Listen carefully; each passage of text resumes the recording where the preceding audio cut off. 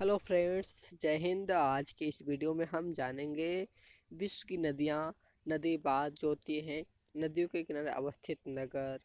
और इसमें हम एक और वीडियो को ऐड कर लेंगे जिसमें बंदरगाह भी सम्मिलित कर लेंगे और मानचित्र को भी समझ लेंगे।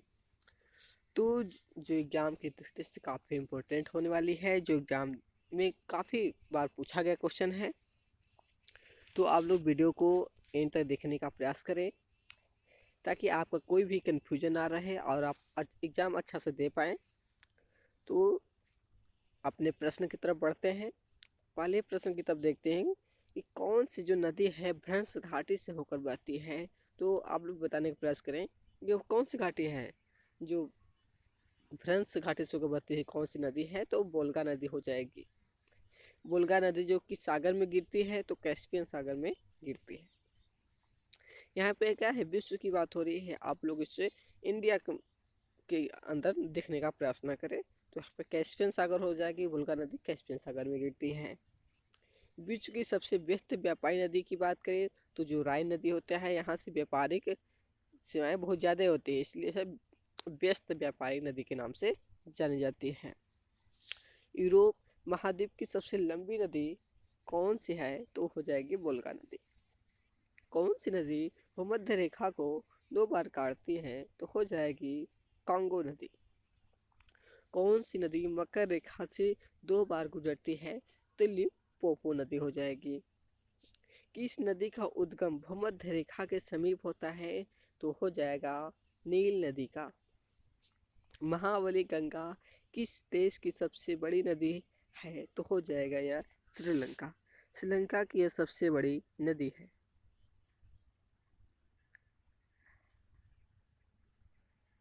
अगला प्रश्न है, बांग्लादेश में किस नदी को पद्मा के नाम से पुकारा जाता है। जो हमारी गंगा नदी होती है, जब वह गंगा नदी बंगाल में प्रवेश करती है तो वहाँ पे क्या है कि पद्मा नदी के नाम से जानी जाती है।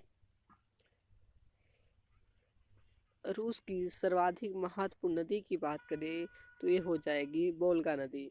वोल्गा नदी रूस की क्या है, सर्वाधिक महत्वपूर्ण नदी है। लाल नदी किस देश में बहती है। तो वियतनाम। वियतनाम में लाल नदी बहती है।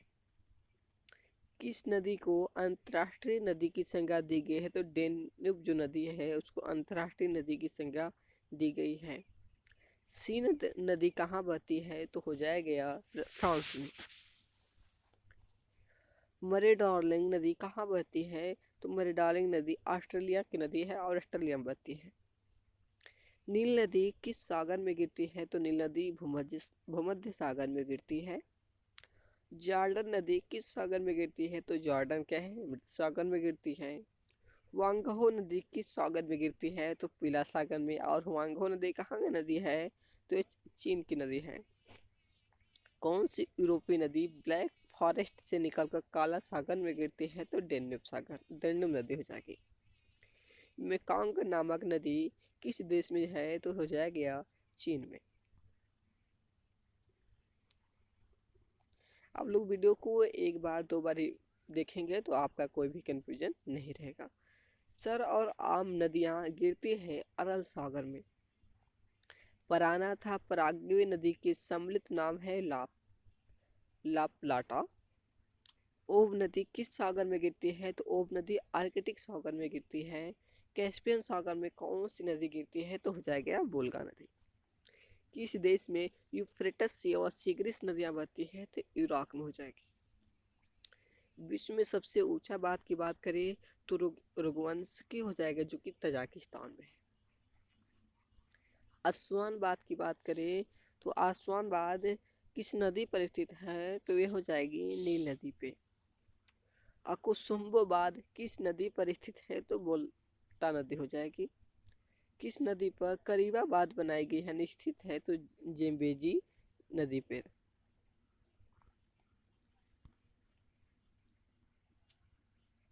अगला प्रश्न है, कैंजी बांध किस नदी पर निर्मित है। तो हो जाएगी नाइजर नदी पर। ग्रैंड कुली डैम जो होती है वह किस नदी पर स्थित है। तो कोलंबिया नदी पर हो जाएगी। हुवर डैम निर्मित है कोलोरेडो पर। जी गार्जेज डैम किस नदी पर निर्मित किया गया है? तो यांगती सिक्वांग पर।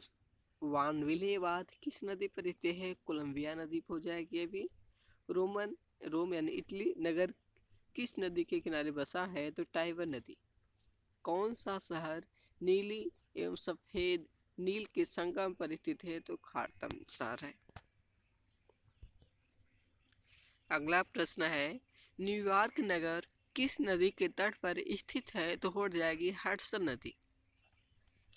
कौन सा शहर है जो मिसिसिपी तथा मिसौरी के संगम पर स्थित है? तो सेंट लुइस हो जाएगी।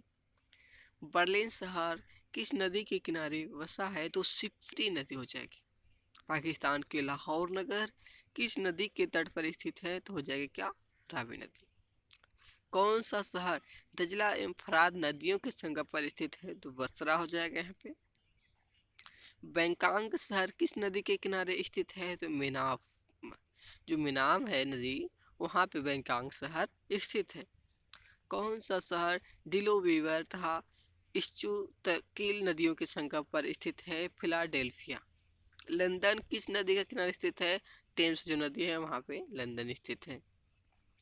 पेरिस शहर किस नदी के तट पर स्थित है? तो हो जाएगी सीन नदी। किस नदियों के संगम पर जमशेदपुर शहर बसा है? स्वर्ण रेखा एवं खरकई के संगम पर। नुमपेन नगर किस नदी के किनारे अवस्थित है? तो मिकांग हो जाएगी। वियना शहर किस नदी के किनारे बसा है? तो डेन्यूब नदी। अगला प्रश्न है फ्रांस का बोर्डो बंदरगाह किस नदी के तट पर स्थित है? तो गैरोन नदी है।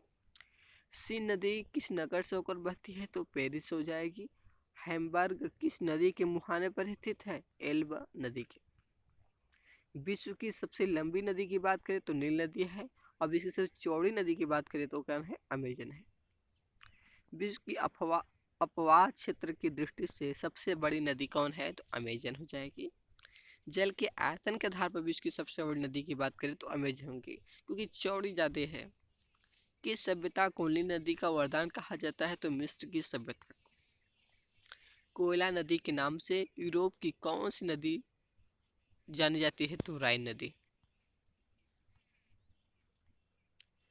विश्व सर्वाधिक विश्वघाती नदी किसे कहा जाता है? तो वांगहो नदी। ये चीन की नदी है। किस नदी को यूरोपीय व्यापार की जीवन रेखा कहा जाता है? तो राइन नदी क्योंकि यहाँ से क्या है यूरोप का व्यापार होता रहता है। किस नदी को कोयला ढोने वाली नदी कहा जाता है? तो राइन नदी क्योंकि यहाँ से कोयले का व्यापार काफी मात्रा में होती है। किस नदी को तेल नदी के नाम से जाना जाता है? तो नाइजर नदी को। किस नदी को चीन का शोक है? तो हुआंगहो नदी। यांगून किस नदी के तट पर स्थित है? इरावदी नदी। विश्व के बंदरगाह के बारे में देख लेते हैं अब। तो विश्व का जो सबसे व्यस्तम बंदरगाह किसे माना जाता है? तो रॉटरडम को। यूरोप का सर्वाधिक महत्वपूर्ण बंदरगाह रॉटरडम किस देश में स्थित है? तो नीदरलैंड में हो जाएगा। किसे 5 सागरों का पतन कहा जाता किसी विश्व का कहवा पतन कहते हैं? तो मास्को हो जाएगा। मास्को कहाँ की राजधानी है? तो रूस की हो जाएगी। मसावा बंदरगाह किस देश में अवस्थित है? टोस्को। कौन सा पत्तन ईरोपोर्ट के नाम से जाना जाता है? इरिट्रिया में रॉटरडम। स्वेज नहर के उत्तरी प्रवेश द्वार पर स्थित बंदरगाह कौन है? पोर्ट सईद हो जाएगा। कौन सा पत्थर गुजरात में पोत के जोड़ने एवं मरम्मत हेतु प्रसिद्ध है? तो पाटन। तो क्यू का प्रमुख बंदरगाह कौन सा है? याकुटामा। अफ्रीका के रूम सागरी तट पर कौन सा बंदरगाह है? तो सिकंदरिया है। स्वेज नहर के दोनों सिरों पर स्थित पतन युग्म है स्वेज एवं पोर्ट सईद। ग्वादर पत्तन किस देश में है? तो पाकिस्तान में। जो पे जो कि वहाँ ग्वादर बंदरगाह जो है वहाँ पे क्या है चीन अपना बेस बना रखा है। ब्राज़ील का प्रमुख बंदरगाह कौन सा है? तो मोसेलो है। रॉटरडम बंदरगाह किस नदी पर स्थित है? तो राइन नदी हो जाएगी। भौगोलिक मानचित्र के बाद में देख लेते हैं आप। मानचित्र में वे रेखाएं जो दाब सम को कहलाती है, तो सम दाब रेखाएं, जो दाब सम हो, जब समान दाब हो, वहाँ क्या है, सम दाब रेखाएं कहलाएगी। मानचित्र पर बनाए गए वे रेखाएं जो समुद्र से बराबर ऊंचाई वाले स्थानों को मिलाते हैं, क्या कहलाती है, तो कंदूर कहलाती है। मानचित्र पर वर्षा का वितरण दिखाने के लिए किस रेखा का प्रयोग किया जाता है, तो आइसोहाइड का। समान जनसंख्या घनत्व वाले स्थानों को मिलाने वाली रेखा क्या कहलाती है, तो आइसोवाइनिक। महासागरीय एवं सागरीय भागों में लवणता की समान मात्रा वाले स्थानों को मिलाने वाली रेखा किस नाम से जानी जाती है, तो आइसोहाइलाइन के नाम से। समान मेघनाच्छन्नता को मिलाने वाली रेखा कहलाती है आइसोनेफ। समान चुंबकीय झुकाव वाले स्थानों की बात करें तो वो मिलाने वाली जो रेखा होगी वो आइसोगोनल हो जाएगा। आइसोथर्म नामक रेखाएं मानचित्र पर उन स्थानों को दर्शाने के लिए बनाई जाती है जहां पर क्या है, एक समान तापमान रहता है। आइसो बार मानचित्र पर उन स्थानों को दर्शाने के लिए खींची गई रेखाएं हैं जहां पर क्या है, एक जैसा वायुमंडलीय दाब हो, वहां पे क्या होगा, आइसोबार रेखा होगी। आइसो सोहे रेखाओं द्वारा क्या प्रदर्शित किया जाता है, तो समान धूप होगी, तो हाँ, तो आइसो हेल रेखा दर्शाएगी। विश्व मानचित्र पर एक ही समद्विपाती रेखा पर स्थित दो स्थानों पर समान होगा चुंबकीय विचलन। एक समान समय पर तूफान आने वाले स्थानों को मिलाने वाली रेखा क्या कहलाती है, आइसोब्रांट। समुद्र के अंदर समान गहराई वाले स्थानों को मिलाने वाली रेखा क्या कहलाती है, आइसोबाथ। सूर्य ताप के समान अवधि वाले स्थानों को मिलाने वाली रेखा क्या कहलाती है, आइसोहेल। समान हिमपात वाले स्थानों को मिलाने वाली रेखा क्या कहलाती है, आइसोनिफ। किस प्रदेश में समान भाषा वाले स्थानों को वर्गीकृत करने वाली सीमा रेखा क्या कहलाती है, आइसोग्लास। भूकंपी तीव्रता के समान वाले स्थानों को, समानता वाले स्थानों को जो मिलाने वाली रेखा क्या कहलाएगी, आइसोसिमल कहलाएगी, सिस्मल। भूकंप के एक ही समय पर आने वाले स्थानों को मिलाने वाली रेखा क्या कहलाती है, होमोसिस्मल। एक ही समय में कंपन करने वाले स्थानों को जोड़ने वाली रेखाओं की श्रृंखला कहलाती है, कोसिस्मल लाइंस।